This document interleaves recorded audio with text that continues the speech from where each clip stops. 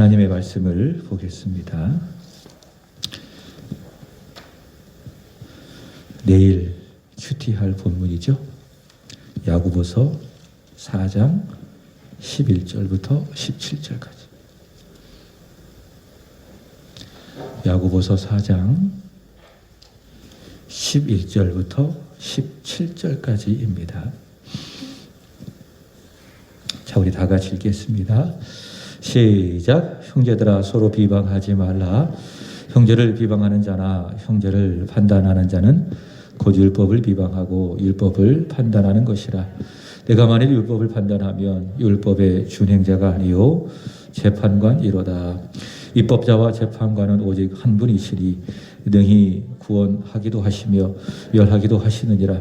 너는 누구이기에 이웃을 판단하느냐? 들어라, 너희 중에 말하기를 오늘이나 내일이나 우리가 어떤 도시에 가서 거기서 1년을 머물며 장사하여 이익을 보리라 하는 자들아, 내일을 너희가 알지 못하는도다. 너희 생명이 무엇이냐? 너희는 잠깐 보이다가 없어지는 안개니라. 너희가 도리어 말하기를 주의 뜻이면 우리가 살기도 하고 이것이나 저것을 하리라 할 것이거늘 이제도 너희가 허탄한 자랑을 하리. 그러한 자랑은 다 악한 것이라. 그러므로 사람이 선을 행할 줄 알고도 행하지 아니하면 죄니라. 아멘. 새해 첫 금요 기도회입니다. 올해도 금요 기도회를 변함없이 하게 될 것입니다. 작년 한 10월쯤에 마음에 큰 유혹이 있었죠. 금요 기도회 문을 닫고 많이 못 모이니까 그 다음 토요일날 새벽에 하자. 그렇게 마음을 먹었는데 하나님께서 막으셨죠. 그래서 힘내라. 금요 기도회 잘 될 거다. 그런 확신을 주셔서 금요 기도회 끝까지 해야 되겠구나.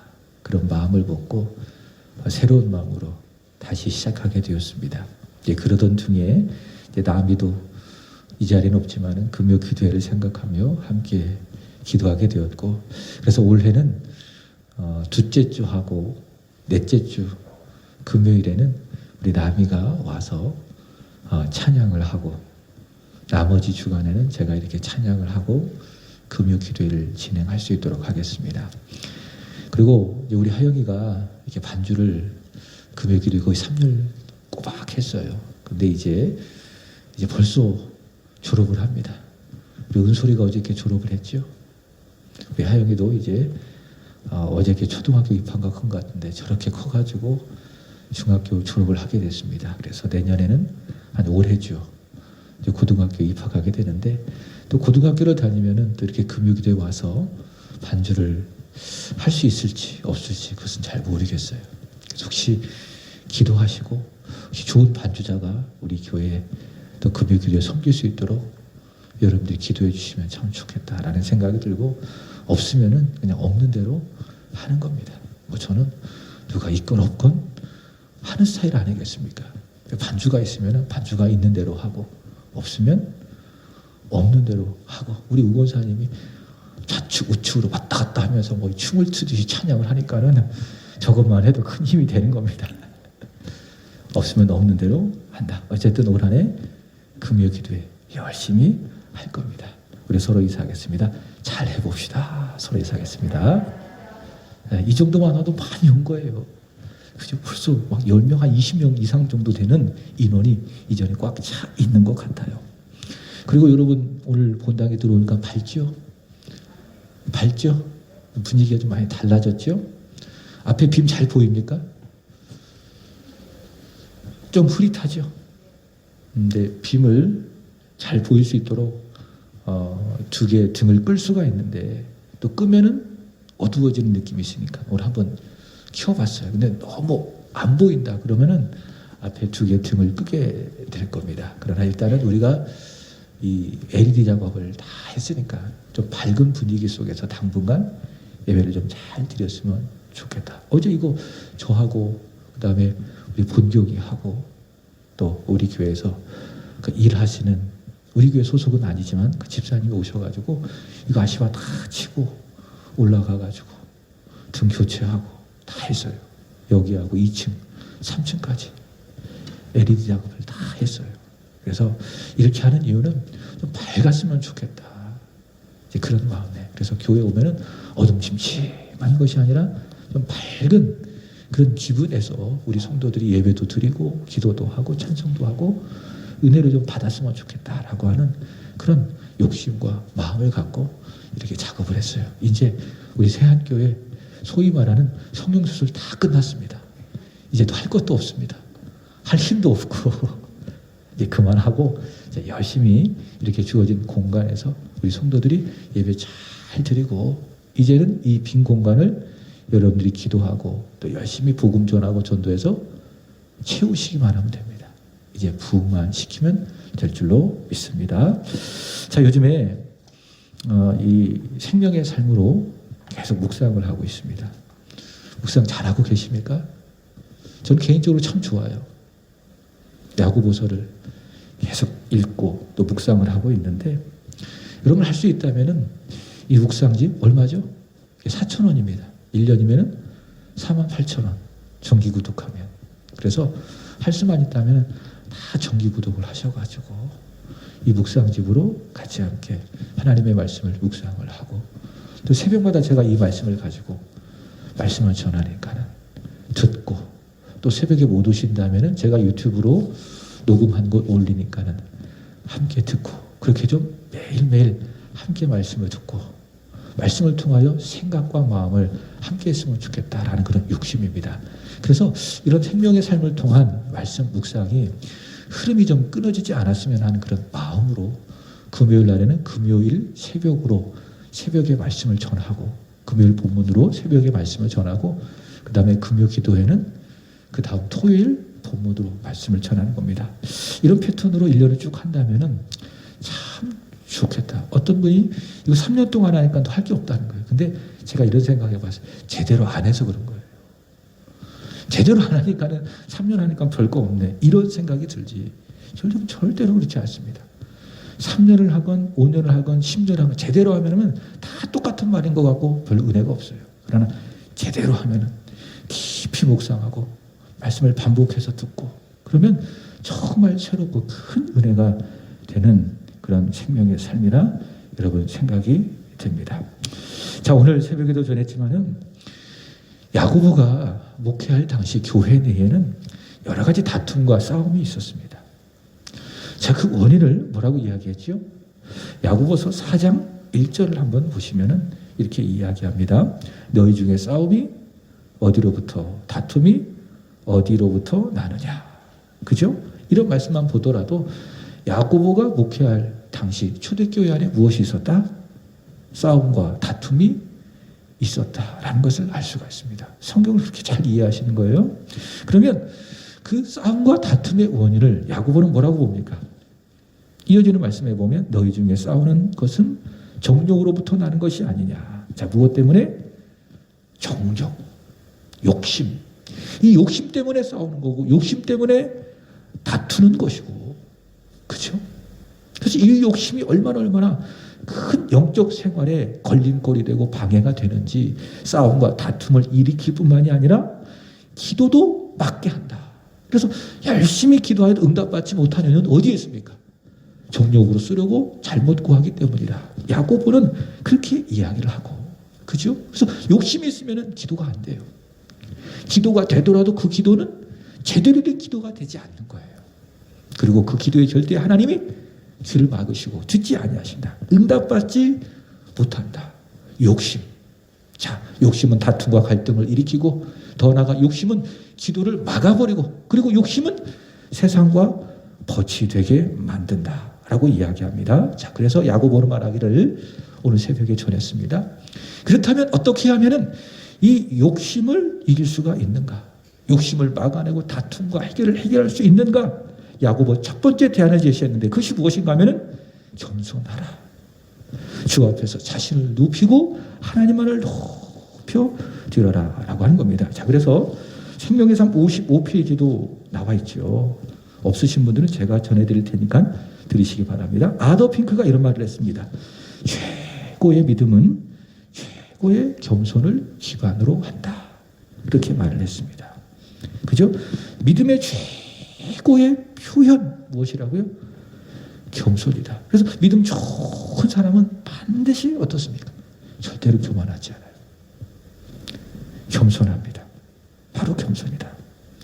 그래서 야고보서 4장 6절로 말하기를 하나님은 누구에게 은혜를 주십니까? 교만한 사람은 절대로 은혜 안 주십니다. 그래서 내가 오늘 예배 시간에 은혜 받았잖아요. 그럼 어떤 증거입니까? 아, 내 마음이 겸손하구나. 목사의 말이 은혜가 안 되기 때문에 은혜를 못 받은 게 아니에요. 다 누구 문제입니까? 말씀을 받는 내 마음이 문제예요. 내 마음이 겸손하면은 누가 와서 말씀을 전해도 그 말씀이 어떻습니까? 은혜가 되는 거예요. 왜? 하나님은 겸손한 사람에게 은혜를 주시기 때문에. 자, 겸손의 반대는 무엇입니까? 교만이죠. 하나님은 교만한 사람을 어떻게 하십니까? 아주 싫어하십니다. 심지어 교만한 자를 물리치신다. 베드로전서 5장 5절의 말씀에 보면 하나님은 교만한 자를 대적하신다. 이렇게 이야기합니다. 여러분, 교만하지 않기를 바랍니다. 잠언 16장 18절의 말씀처럼 교만은 망하는 지름길이에요. 교만은 패망의 성공이라 그렇게 말할 수 있겠죠. 자, 그렇다면 교만은 뭘까? 겸손의 반대. 교만은 뭘까? 여러 가지 개념으로 정리할 수 있겠지만 이렇게 말하고 싶어요. 잘 들어보세요. 하나님의 자리를 빼앗고 자기 스스로 하나님의 자리를 차지하려고 하는 것. 그게 뭡니까? 그게 교만이다. 내 마음속에 누가 계셔야 합니까? 하나님이 자리하셔야 돼요. 하나님이 지배하셔야 돼요. 이게 은혜예요. 이게 내 인생이 바로 서고 살아가는 길이에요. 근데 내 마음의 중심에 하나님을 밀어내고 내 스스로 하나님이 되어 내 마음의 중심이 되어 살아가려고 하는 걸 뭐라고 이야기한다고요? 그게 교만인 거고. 그게 하나님이 물리치시고 대적하시는 죄이다. 교만은 하나님 앞에 자신은 피조물이다라고 하는 본분을 잃어버린 채, 상실한 채 자기 스스로 하나님이 되려고 하는 것. 그것이 바로 교만이다. 그래서 하나님은 이 교만을 너무 싫어하셔서 성경은 이야기하는 거죠. 교만하면 망한다. 빨리 가려면 지름길이라는 게 있잖아요. 망하는 지름길을 가려면 어떻게 하면 돼요? 하나님 앞에 교만하면 되는 거예요. 자기 스스로 하나님이 되어 살려고 하는 교만이 가득하다면 망하는 지름길이다. 아주 치명적인 죄가 바로 교만인 것을 말하고 있습니다. 자, 오늘 함께 읽은 말씀을 한번 잘 보십시오. 오늘 말씀은 두 가지 주제를 말하고 있습니다. 자, 성도가 버릴 습관 두 가지. 첫 번째 비방, 다른 하나는 자랑, 허탄한 자랑. 비방과 허탄한 자랑. 자, 그런데 오늘 본문의 흐름을 통해서 제가 교만에 대해서 이야기했잖아요. 겸손의 반대. 이 비방과 허탄한 자랑을 잘 보면 오늘 본문의 흐름 속에서 바로 하나님이 싫어하는 교만에서 비롯된 것이 무엇입니까? 하나는 비방이요, 다른 하나는 허탄한 자랑이라는. 그래서 제가 교만에 대해서 이야기하는 거예요. 겸손의 반대, 교만에 대해서. 그러니까 교만에 비롯되었기 때문에 비방하는 거고, 교만하기 때문에 허탄하게 자랑하는 것이고, 자기 스스로 하나님에 되어 살려고 하는 그 교만이 가득하기 때문에 비방하고 또 허탄한 자랑을 하게 되는 것이고. 자, 첫 번째 주제가 무엇입니까? 비방입니다. 비방. 자, 여기서 비방이라고 하는 말, 생명의 삶을 잘 보세요. 이게 참 좋은 게 무엇인가 하면은 영어가 있어요. 영어. 다 이렇게 해석을 안 내더랄지라도 단어 하나를 이렇게 매치시킬 수 있는 그런 기본적인 실력들은 되잖아요. 자, 여기 보면은 비방을 뭘로 번역하고 있는가 하면 슬렌더라고 하는 단어로 번역한 것을 볼 수 있습니다. Brothers and sisters, do not slander. 이렇게 이야기하고 있죠. 그래서 슬렌더가 뭡니까? 이게 비방인데 제가 한번 찾아봤어요. 슬렌더가 어떤 의미입니까? 이랬더니 이렇게 나오더라. 중상이라는 단어로 나오더라. 중상이 뭡니까? 크게 다친 걸 중상이라고 이야기하지 아니하고, 여러분 중상모략이 아시죠? 중상모략. 중상모략이 무엇인가 하면은 어떤 팩트나 기반 없이 그저 상대방을 깎아내릴 목적으로 막 헐뜯거나 막 폄훼하거나 막 깎아내는 걸 뭐라고 해요? 그걸 중상모략이라고 하는 거예요. 그게 중상. 그것이 바로 슬렌더입니다. 그 기초가 없어요. 그냥 상대방이 싫으니까는, 그냥 미우니까는 계속 비방하고 막 깎아내리고 폄하하고, 그게 슬렌더, 그게 비방이라는 거예요. 원문의 뜻은 이렇습니다. 대적하여 말하다. 그리고 뒤에서 막 물어뜯다. 안 보이는 데서. 그 사람이 듣지 않는 것에다 막 미친 듯이 막 물어뜯고 막 씹어대는 걸 뭐라고 이야기합니까? 그걸 비방이라고 이야기하는 거예요. 오늘 본문에 등장하는 그 단어. 여러분 오늘 이 사회를 보십시오. 비방이 너무 자연스럽죠. 그리고 너무 당연한 겁니다. 특별히 정치권 안에서 그렇습니다. 다른 게 없어요. 상대방이 싫은 거예요. 내 편이 아니니까. 진보는 보수를 싫어하고 보수는 진보주를 싫어하고 그냥 싫은 거예요. 상대방이. 그 사람의 논리, 그 사람의 정책 그것과 상관없이 그 사람 자체가 싫은 거예요. 그렇기 때문에 되도 않은 이야기 갖다가 막 상대방을 욕하고 깎아내리고 근거도 없이 아니 근거도 만들어 상대방을 막 욕하고 깎아내리고 그래서 상대방을 망하고 죽이게 하려고. 그것이 무엇입니까? 그것이 비방이다. 근데요 우리가 알잖아요. 누군가를 비방하면요 비방을 받는 그 사람도 그 비방 때문에 죽고요. 결국은 어떻게 됩니까? 비방하는 그 사람도 죽고요. 그래서 비방은 나도 죽고 너도 죽고 다 같이 죽자는 게 뭐예요? 그것이 바로 비방이다. 그래서 우리 정치가 아직 수준이 낮은 거예요. 다 죽자는 거죠. 왜? 서로 허물을 말하고 서로 막 물어 뜯고 그러니까. 근데 국민들은 재밌다고 이야기하죠. 서로 막 욕하고 비방하고 그러면 막 재미있게 즐겁게 이야기하잖아요. 다 같이 죽는 거예요. 그게 비방이 만드는 결국입니다. 자, 그런데요. 오늘 말씀해 보면 이 비방이 나도 죽게 하고 또 상대방도 죽게 하는 이유가 무엇인가 하면 오늘 말씀은 그것은 교만이라는 거예요. 나를 하나님의 자리에 두는 교만의 열매가 무엇입니까? 그 중에 하나가 비방인 거예요. 내 마음속에 하나님이 없구나. 내 마음속에 내가 주인이로구나. 하나님 없는 내 자신이 스스로 주인이로구나 라고 하는 그 교만의 열매가 무엇이라고요? 그것이 바로 비방이다. 여러분 이 세상에서 비방할 자격을 갖고 있는 사람 이 세상에 있습니까? 없습니까? 아무도 없습니다. 뭐 예를 든다면 야고보서를 잘 생각해 보는 거예요. 지금까지 전했던 말씀. 야고보서 다 들으셨죠? 이성희 교사님 집에서 들으셨어요? 제가 첫 화요일 날 그 유튜브에 올렸는데 조회수가 막 26회 되더라고요. 근데 갈수록 조회수는 떨어져요. 어쨌든 꼭 들으세요. 이수영 권사님도 유튜브에 들어가셔서 세한장로 검색하시면 나와요. 꼭 들어가셔서 한번 들어보세요.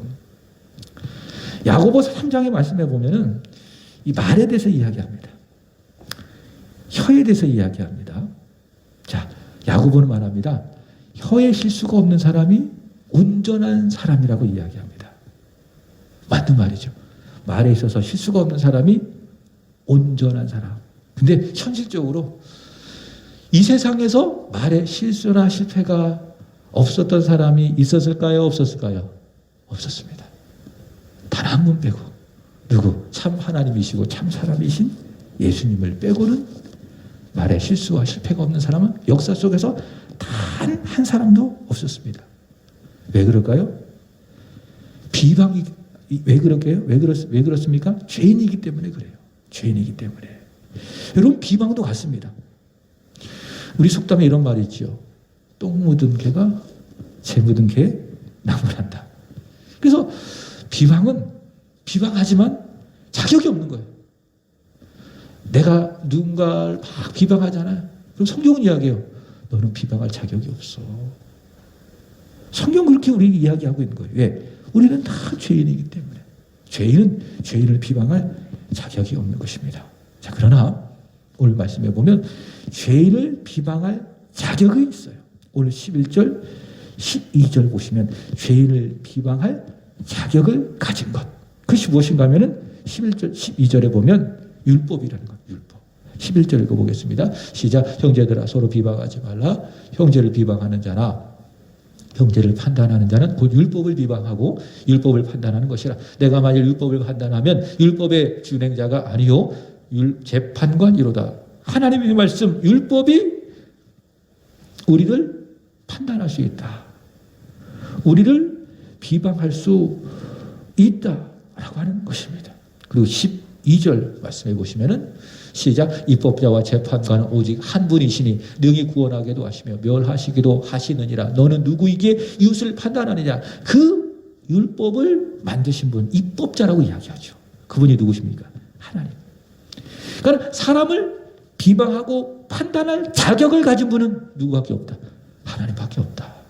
그리고 그 하나님께서 기록하여 하나님의 말씀으로 주신 율법밖에는 사람을 비방하거나 판단할 자격을 가진 게 없다. 오늘 야고보는 그렇게 이야기합니다. 자, 그런데 비방해요. 그럼에도 불구하고 누군가 서로를 비방해요. 그렇다면 그 비방은 뭡니까? 자신을 마치 하나님처럼 율법처럼 하나님 자리에 두는 교만이라는 거예요. 그래서 비방은 안 된다는 거죠. 그래서 야고보는 이야기합니다. 그렇게 자신을 하나님의 자리에 두고 마치 자신의 의로운 쪽 상대방을 비난하는 그 사람들을 향하여 강하게 이렇게 권면하는 겁니다. 12절 하반절에 보면 너는 누구이기에 이웃을 판단하느냐, 비방하느냐, 그렇게 이야기합니다. 여기 11절의 말씀에 보면 준행자라는 단어가 있습니다. 우리는 누구예요? 율법을 갖고 누군가를 재판하고 판단하는 사람이 아니라 율법을 듣고 지키는 준행자라는 거예요. 근데 준행자가 마치 입법자처럼 재판관처럼 누군가를 비방한다면 그것이 곧 무엇이라고요? 자기 스스로가 하나님처럼 되려고 하는 교만이다. 교만이다. 라고 하는 겁니다. 여러분, 이 말씀 앞에 참 부끄럽기도 해요. 나는 혹시 누군가를 비방할지는 않았는가. 부끄럽기도 하고 또 많은 부족함을 느끼기도 하고, 그래서 이 말씀을 읽고 또 묵상하고 이 말씀을 준비하면서 하나님 앞에 회개할 거죠. 여러분 꼭 기억하십시오. 저와 여러분은 비방자가 아니라 위로자, 격려자, 중보 기도자가 되기를 주님의 이름으로 축복합니다. 이런 자격은 하나님께서 우리에게 주셨어요. 너는 비방자가 아니다. 비방하는 것은 너를 하나님에 두려고 하는 교만한 것이다. 나는 너에게 그런 자격을 주지 않았다. 너는 비방자가 아니라 상대방을 위로해 주는 사람이다. 격려해 주는 사람이다. 기도해 주는 사람이다. 우리 예배 생활하고 교회 생활하고 신앙생활하면서 상대방의 흠이 보이잖아요. 아, 저분 왜 그래? 아, 왜 말을 저렇게밖에 못할까? 라고 하면서 상대방의 흠이 보이잖아요. 그러면 그 흠은 말 그대로 비방거리가 아니라 다른 사람이다. 기도거리다. 믿습니까? 비방거리가 아니라 무슨 거리라고요? 아, 기도거리로구나. 그 사람을 위해서 기도해주고 또 그 사람 위로해주고 격려해주고, 이게 교회여야 되지 않겠어요? 근데 마치 교회가 정치판처럼 근거도 없이 그냥 상대방이 미우니까 또 하나 틈을 갖고 막 비방하고 판단하고 비판하고, 교회가 그래서 되겠어요? 교회는 그런 곳이 아닙니다. 교회 오면은 위로받고 격려받고 서로 기도받고 은혜받고, 그게 교회여야 할 것입니다. 여러분, 우리 세한교회가 비방자가 아닌 위로자, 격려자, 중보기도자가 많은 그런 교회가 되기를 축복합니다. 자, 두 번째, 허탄한 자랑도 마찬가지입니다. 자, 먼저 우리의 유일한 자랑이 있습니다. 예수님이십니다. 그리고 그의 십자가입니다. 믿습니까? 성도의 유일한 자랑, 자랑의 전부 무엇이라고요? 예수님, 그리고 예수님의 십자가. 바울은 이렇게 이야기합니다. 갈라디아서 6장 14절 보겠습니다. 시작. 그러나 내게는 우리 주 예수 그리스도의 십자가 외에 결코 자랑할 것이 없으니 그리스도로 말미암아 세상이 나를 대하여 십자가에 못 박히고 내가 또한 세상을 대하여 그러하니라. 여러분, 사도 바울 인간적으로 보면 얼마나 자랑할 것이 많은 사람입니까? 그의 스펙 보세요. 그의 학벌을 보세요. 그의 출신 가문을 보세요. 굉장히 자랑할 거리가 많은 사람입니다. 바울이 뭐라고 이야기했습니까? 이 모든 자랑거리는 내가 다 배설물처럼 보였다. 사도 바울의 유일한 자랑거리는 뭐예요? 예수 그리스도, 그리고 그를 구원한 십자가. 그래서 성도의 자랑은 예수여야 돼요. 그 예수의 십자가밖에는 없습니다. 여러분, 새해 우리 하나님을 간절히 앙망함으로 여러분들 힘을 얻어서 오직 예수만 자랑하고 예수 십자가만을 자랑하는 저와 여러분이 되기를 축복합니다. 하나님은 이렇게 자랑하는 사람을 기뻐하세요. 예수 자랑하고 예수 십자가하고 나 같은 죄인 살리신 우리 예수님의 은혜에 감사합니다. 나 같은 죄인 살려주신 예수 십자가의 사랑 감사합니다. 내가 무엇을 자랑할 수 있겠습니까? 예수만 자랑합니다. 예수 십자가만을 자랑합니다. 라고 자랑하면 하나님은 그 사람을 자랑하세요. 그리고 그 사람을 기뻐하시는 것입니다. 그러나 하나님이 싫어하시는 자랑이 있어요. 그것이 무엇인가 하면은 16절 오늘 두 번째 주제죠. 허탄한 자랑. 그래서 그러한 자랑 뭐라고 이야기합니까? 다 악한 자랑이래요. 그러니까 하나님이 싫어하시는 자랑, 악한 자랑, 허탄한 자랑이 있다. 그럼 그것이 무엇이냐? 오늘 야고보는 이야기합니다. 자신의 인생, 자신의 사업 다 하나님의 손 안에 있음을 알고 있습니다. 근데 그걸 무시하는 거예요.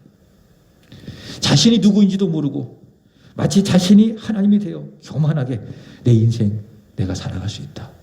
내가 계획한 사업 내가 충분히 내 힘으로 할 수 있다. 이렇게 생각하는 것이 무엇입니까? 이게 자랑. 허탄한 자랑이고 그것이 바로 악한 것이다. 자, 예를 들어 설명합니다. 13절 보겠습니다. 야고보가 말하는 허탄한 자랑의 예입니다. 13절입니다. 시작. 들어라. 너희 중에 말하기를 오늘이나 내일이나 우리가 어떤 도시에 가서 거기서 1년을 머물며 장사하여 이익을 보리라 하는 자들아. 자, 잠언 16장 9절이 뭐라고 이야기합니까? 잘 보세요. 이렇게 이야기합니다. 시작. 사람이 마음으로 자기의 길을 계획할지라도 그 걸음을 인도하시는 이는 여호와 신이라. 아멘.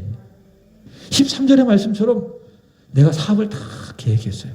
어떤 도시에 가서 거기다 원룸 하나 딱 얻어놓고 내가 거기서 1년을 머물면서 좋은 아이템이 있으니까 장사해가지고 내가 이만큼의 이익을 얻겠다라고 내가 계획을 딱 했어요.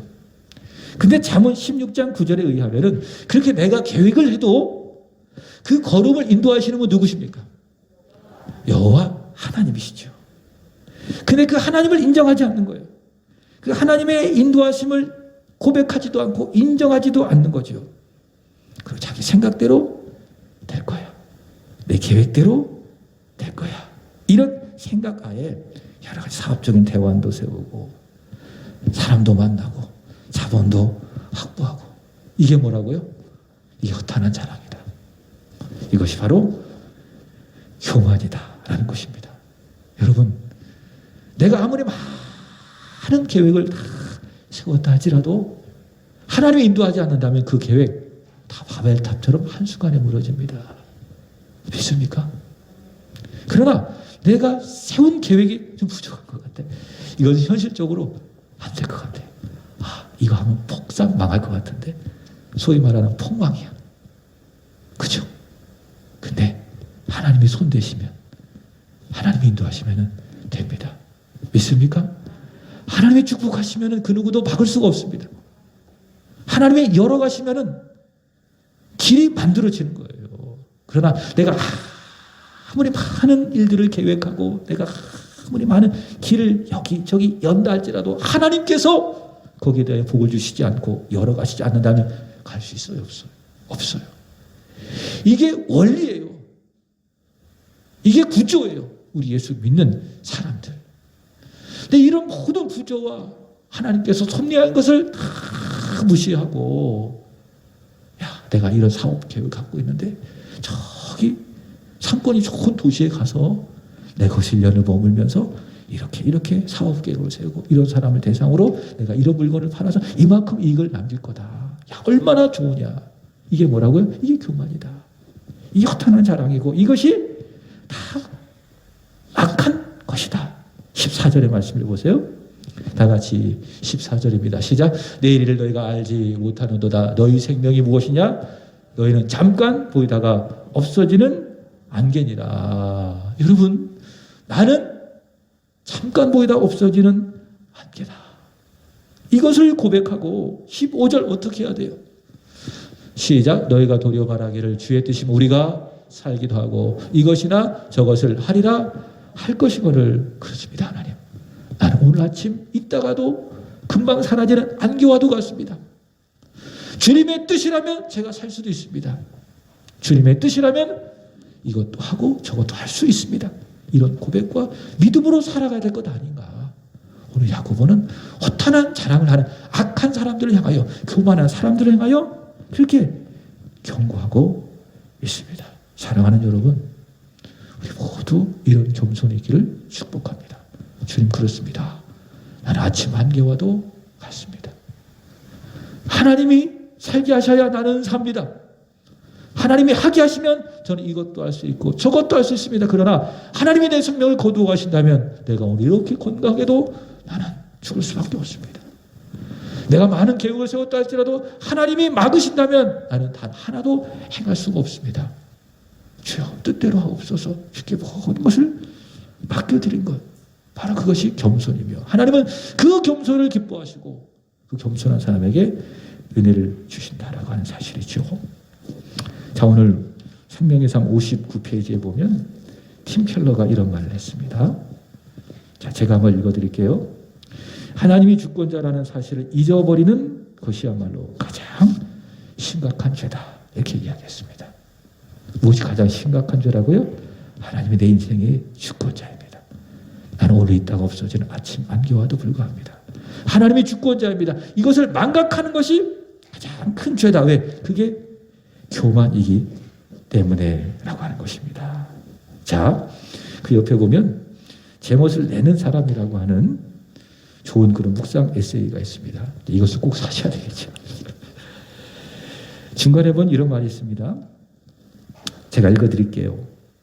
사람은 누구든지 그 안에서 예수 그리스도를 담기만 하면 제맛을 낸다. 사람은 누구든지 예수 그리스도를 담기만 하면 제맛을 낸다. 이렇게 이야기하고 있습니다.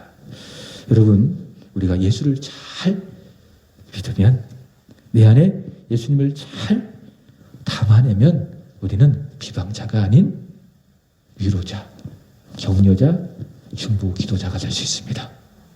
그게 내가 낼 제맛이에요. 예수님을 잘 담아내기만 하면 우리는 하나님의 주권을 인정하고 겸손히 그의 뜻에 순종하며 복종하며 살 수가 있습니다. 그게 내가 낼 수 있는 제맛입니다. 무엇이 중요합니까? 예수님을 내 안에 그림없이 담아내는 겁니다. 그게 예배예요. 그게 기도하는 거예요. 그게 찬송하는 거예요. 물론 찬송과 기도, 내 안에 하나님의 은혜를 채우고 내가 응답받기 위한 하나님 앞에 나아가는 내 믿음의 증거이지만은 동시에 내 안에 예수님을 그림없이 담아내고 또 담아내어서 내가 낼 본연의 맛을 내는 과정이 무엇입니까? 그게 기도예요. 그래서 기도를 통해서, 찬양을 통해서, 예배를 통해서 예수를 계속 내 안에 채워내잖아요. 그러면 여러분 아십니까? 내 입술에서 비방이 확 사라지고 원망도 사라지고 불평도 사라지고 사람을 위로하는 위로자가 되고 격려자 되고 그 사람을 위해서 간절히 기도하는 중보 기도자가 되고 예수를 간절히 구하고 예수를 내 안에 채워가면 하나님의 절대적인 주권이 너무도 확실하게 보이고 그 주권 앞에 하나님이 인도하지 않는다면 나는 할 수 없습니다. 내 모든 사업도 내 모든 계획도 하나님이 인도해 주셔야 합니다. 이런 겸손의 고백으로 나아갈 수 있고 또 그렇게 살아갈 수 있는 것 아니겠습니까? 기도하겠습니다. 하나님 아버지, 은혜 감사합니다. 예수를 올 한 해 내 안에 담아냄으로 여호와 하나님을 간절히 앙망함으로 하나님 올 한 해 비방자가 아닌 하나님 위로자, 격려자, 중보 기도자가 되게 하여 주옵소서. 하나님의 주권을 인정하고 그 주권 앞에 겸손히 복종하는 믿음의 사람, 여기 모여 기도하는 사랑하는 성도들이 되게 하여 주옵소서. 이후에도 기도하겠사오니 은혜 주옵소서. 감사합니다. 찬양합니다. 예수님의 이름으로 기도합니다. 아멘.